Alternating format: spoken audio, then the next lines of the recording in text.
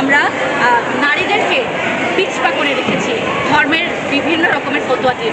কিন্তু আমরা আমাদের এই বইয়ের মধ্যে আমাদের মাননীয় ইমাম রচিত, আমাদের মাননীয় ইমামের নাম আপনারা সবাই জানেন, জনাব হোসেন মোহাম্মদ সেলিম, তিনি এই প্রস্তাবনা দিয়েছেন যে আমাদের নারী নীতি সেটাই হবে যেটা রাসূল পাক সাল্লাল্লাহু আলাইহি ওয়াসাল্লামের ছিল। সেটা কি, যে নারীরা সর্ব অঙ্গনে শালীনতার সাথে সব কাজ করতে পারবে, তাদের মেধা তাদের যোগ্যতা অনুযায়ী তারা মিডিয়াতেও কাজ করতে পারবে, তারা সেনাবাহিনীতে যেতে পারবে, তারা পুলিশ ডিপার্টমেন্টে করতে পারবে। অর্থাৎ নারীদেরকে পিছনে রেখে এগিয়ে যাওয়ার কোনো সুযোগ নেই। তো আমাদের প্রস্তাবনাটা এটাই, এবং আজকে সেই আলোকে আমরা আজকে ময়মনসিংহ বিভাগের সমস্ত নারীদেরকে এই তৌহিদের উপরে ঐক্যবদ্ধ হওয়ার জন্য আজকে আহ্বান করছি। এবং আমরা বলছি যে এই তৌহিদকে প্রতিষ্ঠা করার জন্য আমাদের জিহাদ করতে হবে। সেটা কি, সর্বাত্মক প্রচেষ্টা।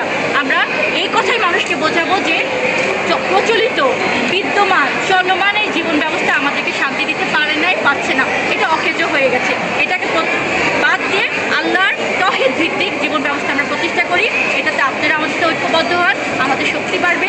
আমরা সবাই মিলে সম্মিলিতভাবে জিহাদ করে, অর্থাৎ সর্বাত্মক প্রচেষ্টা করে, মানুষকে বুঝিয়ে আল্লাহর এই তৌহিদকে প্রতিষ্ঠা করে আমরা সমাজে শান্তি প্রতিষ্ঠা করতে পারবো।